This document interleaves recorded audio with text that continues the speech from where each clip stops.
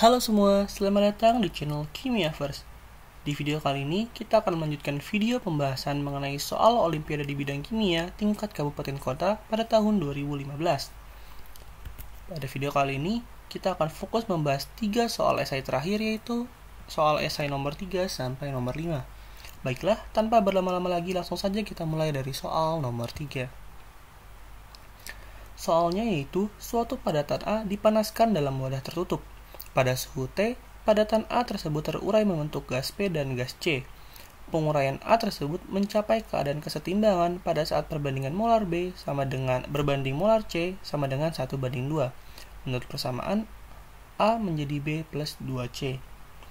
Untuk pertanyaannya, tuliskan persamaan tetapan kesetimbangan Kp dalam tekanan gas parsial. Jelaskan dengan singkat mengapa persamaan ini tidak melibatkan A. Lalu untuk yang B, tekanan kesetimbangan untuk sistem di atas pada suhu T adalah 3 kali 10⁻³ kPa. Hitung tekanan parsial masing-masing komponen dan tentukan nilai Kp lengkap dengan satuannya.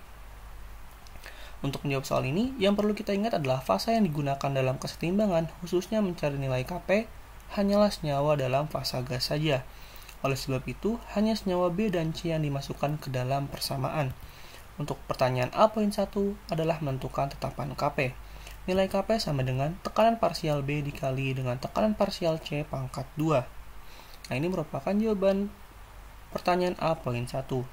Lalu kita ke poin 2, yaitu mengapa persamaan ini tidak melibatkan A. Hal ini dikarenakan A dalam bentuk padatan.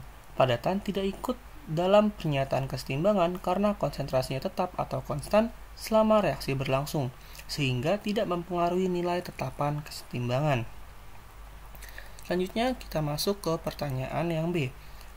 Pada pertanyaan B diberi info tambahan yaitu tekanan total pada saat keadaan setimbang adalah 3 kali 10⁻³ kPa, dan pada poin A pertanyaannya adalah bagaimana tekanan parsial masing-masing komponen. Untuk menjawab pertanyaan ini, kita perlu tahu terlebih dahulu tekanan total koefisien gas. Karena hanya senyawa B dan C yang digunakan dalam perhitungan, maka koefisien totalnya adalah 2 plus 1, yaitu 3. Selanjutnya, kita bisa menentukan tekanan parsial masing-masing komponen dengan cara membandingkan koefisien komponen tersebut dengan koefisien total, lalu dikalikan dengan tekanan total saat keadaan setimbang. Pada perhitungan ini, didapatkan tekanan parsial komponen B yaitu 10⁻³ kPa dari perhitungan 1/3 dikali 3 kali 10⁻³ kPa. Sementara itu, untuk komponen C yang memiliki tekanan parsial 2 kali 10⁻³ kPa dari hasil perhitungan 2/3 dikali dengan 3 kali 10⁻³ kPa. Nah, ini merupakan jawaban dari pertanyaan B poin A. Pertanyaan B poin 1. Kemudian kita ke poin yang kedua, yaitu menentukan nilai Kp. Untuk menentukan nilai Kp, kita bisa menghitungnya dalam satuan kilopascal atau kita bisa ubah terlebih dahulu ke satuan pascal. Pada video ini, satuannya dibuat tetap yaitu dalam satuan kilopascal, sehingga nilai Kp yang dihasilkan yaitu 4 kali 10⁻⁹ kPa kubik. Selanjutnya, kita ke soal selanjutnya yaitu soal nomor 4. Tersedia 5 buah botol berlebar A, B, C, D, dan E masing-masing berisi garam tunggal berupa padatan berwarna putih. Semua padatan tersebut mengandung unsur-unsur golongan utama atau non-transisi. Semua zat tersebut dapat larut dalam air menghasilkan larutan jernih tidak berwarna. Dari percobaan yang dilakukan, diperoleh data-data berikut ini. Pada soal ini, kita diminta untuk memperkirakan kelima garam dari berbagai macam reaksi yang ada. Dan untuk memudahkannya, mari kita bahas satu persatu dari tiap percobaan dan dimasukkan ke dalam tabel untuk menentukan kation dan anion dari masing-masing senyawa.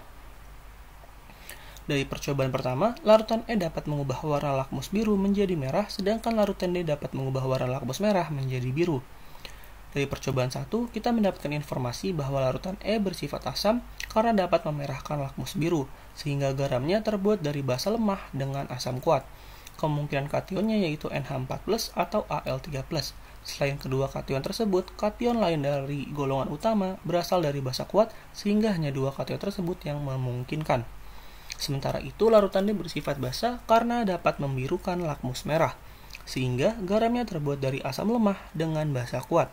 Kemungkinan kationnya masih banyak, sementara untuk anionnya kemungkinannya yaitu ada CH3COO-, S2- ataupun kation-kation lain dari asam lemah. Dengan demikian, dari percobaan 1 kita mendapatkan informasi bahwa senyawa E memiliki kation NH4+ atau Al3+, sedangkan anion dari senyawa E berasal dari asam lemah. Kemudian kita ke percobaan kedua, yaitu larutan A bereaksi dengan larutan E membentuk endapan putih yang sangat halus. Dari percobaan ini, kita bisa mendapatkan informasi bahwa ada endapan putih yang terbentuk dan ada dua kemungkinan senyawa yang merupakan endapan putih dan tidak larut dalam air, yaitu BaSO4 dan AgCl. Akan tetapi, senyawa AgCl tidak mungkin karena Ag termasuk ke dalam golongan transisi. Sehingga, senyawa yang dimaksud adalah BaSO4. Kation Ba2+ pasti berasal dari larutan A karena larutan E memiliki kation dari basa lemah. Oleh sebab itu, anion SO4-2- sudah pasti berasal dari larutan E. Ada lagi sebenarnya kemungkinan CaCO3, tapi secara teori senyawa tersebut masih sedikit larut, sedangkan dalam soal dianggap senyawa tersebut tidak larut atau berupa padatan.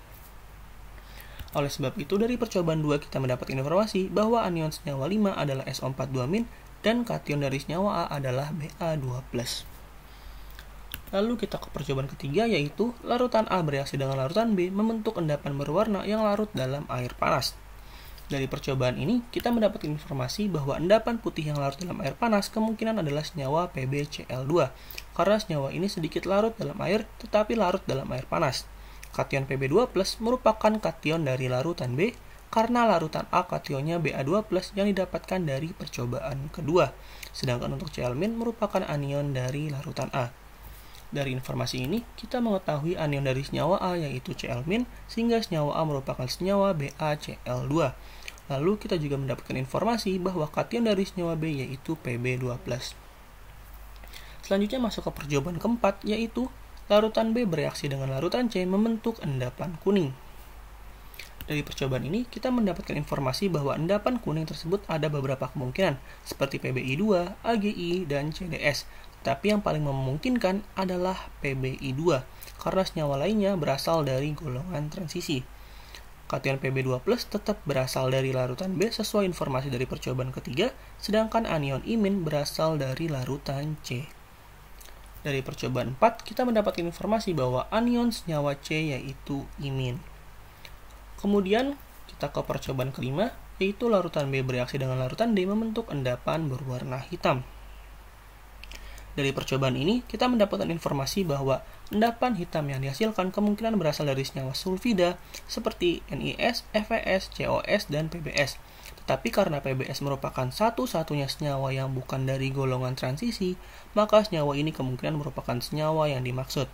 Pb2+ berasal dari larutan B, seperti informasi sebelumnya, sedangkan S2- berasal dari larutan D. Hal ini juga mengkonfirmasi dari percobaan pertama, di mana anion larutan D berasal dari asam lemah, yaitu S2-. Sehingga asam lemah pada anion senyawa dapat kita ganti menjadi ion S2-. Lalu, kita ke percobaan selanjutnya, yaitu percobaan 6.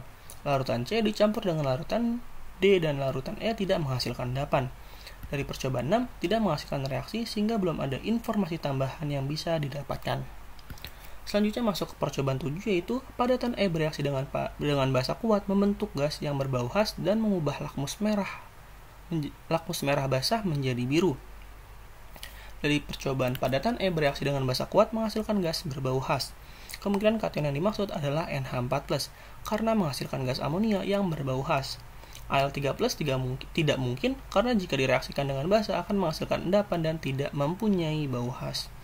Sehingga kation dari senyawa E yang tepat adalah NH4+, dan menghasilkan senyawa NH42SO4. Lalu kita ke percobaan terakhir, yaitu untuk tes nyala untuk larutan C dan D menunjukkan warna kuning. Dari percobaan ini, bisa dipastikan kation yang dihasilkan adalah Na+ karena berwarna kuning ketika dilakukan uji nyala, sehingga senyawa C dan D memiliki kation yang sama yaitu Na+. Dengan demikian, senyawa C yaitu NaI, sedangkan senyawa D yaitu Na2S. Masih ada satu anion yang belum diketahui, yaitu anion senyawa B. Karena tidak ada informasi tambahan tentang anion untuk senyawa B, maka kemungkinan anionnya adalah NO3-. Karena hanya senyawa PbNO3 2 kali saja yang larut dalam air dan membentuk larutan tidak berwarna. Berikut adalah contoh anion yang berikatan dengan Pb2+. Nah, di sini dapat dilihat pada tabel, hampir semua garam Pb tidak dapat larut dalam air dan hanya PbNO3 2 saja yang larut. Untuk senyawa PbCl2 dan PbI2 memang larut dalam air, tetapi harus dalam air panas, dan dalam soal informasi yang diberikan hanyalah larut dalam air, sehingga kemungkinan besar senyawa yang dimaksud adalah PbNO3 2 kali. Dengan demikian, anion dari senyawa B kemungkinan adalah NO3-. Nah, terakhir ini merupakan tabel yang berisi senyawa-senyawa dari senyawa A sampai E dengan berbagai reaksi yang terjadi dari masing-masing percobaan. Dengan demikian, untuk soal nomor 4 jawabannya merupakan seperti ini. Kemudian kita ke soal terakhir, yaitu soal 5 untuk OSK Kimia tahun 2015. Di mana soalnya adalah cyanidin atau disingkat CY adalah pigmen organik alamiah yang terdapat dalam buah blackberry, raspberry, anggur, cherry, dan lain-lain. Cyanidin mempunyai warna ungu kemerah-merahan dan dapat berubah warna seiring dengan perubahan pH.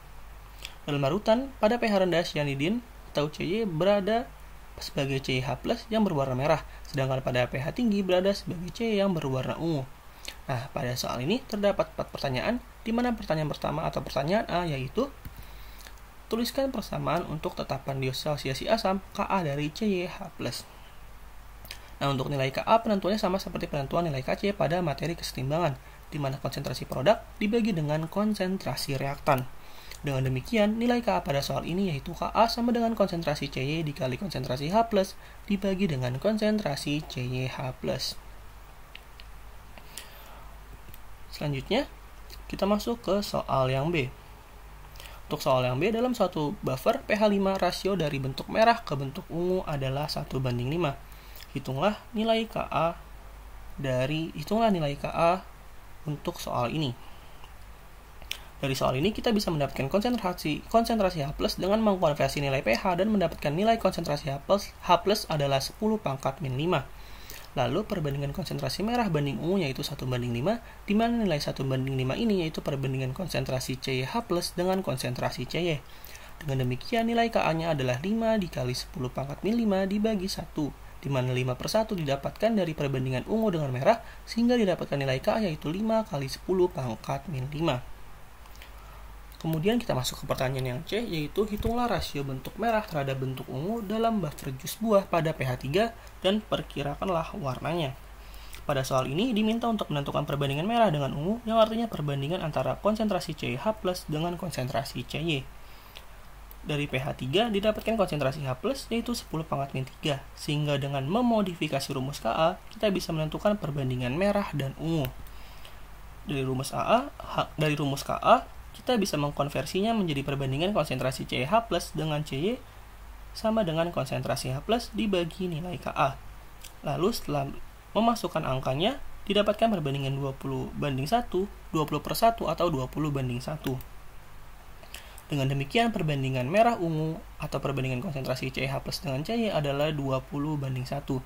Karena perbandingan warna merahnya lebih tinggi, maka kemungkinan warna keadaan ini yaitu warna merah. Lalu ke pertanyaan terakhir, yaitu jus buah sering diawetkan dengan penambahan sedikit sulfur dioksida yang mengakibatkan terjadinya reaksi dan menghasilkan senyawa tambahan yang tidak berwarna. Untuk perubahan warna menjadi tidak berwarna digambarkan sebagai berikut. Di mana bila sulfur dioksida secukupnya ditambahkan ke buffer jus buah pada pH 3 menghasilkan konsentrasi kesetimbangan SO2 1 kali 10⁻⁻2 molar dan intensitas warna merah berkurang 1/10 dari intensitas awalnya. Untuk pertanyaan D, tuliskan persamaan tetapan kesetimbangan reaksi dan pakailah data yang tersedia untuk menghitung nilainya. Nah, untuk soal ini kita bisa menentukan terlebih dahulu tetapan kesetimbangannya. Tetapan kesetimbangan adalah K sama dengan konsentrasi CySO2H2 dikali konsentrasi H+ dibagi konsentrasi CH+ dan konsentrasi SO2. Untuk nilai H2O tidak masuk ke perhitungan karena fasa H2O biasanya itu liquid sehingga tidak masuk ke dalam tetapan kesetimbangan.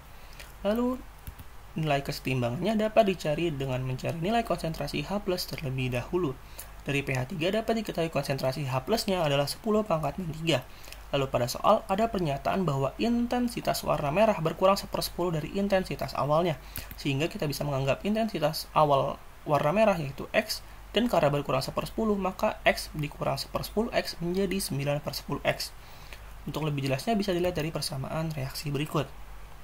Nah, di sini karena yang bereaksi adalah 1/10 X, maka konsentrasi CySO2H2 adalah 1/10X juga, sehingga pada keadaan setimbang didapatkan 9/10X CH+, 10 pangkat min 2 untuk SO2, 1/10X untuk CySO2H2, dan 10 pangkat min 3 untuk H+.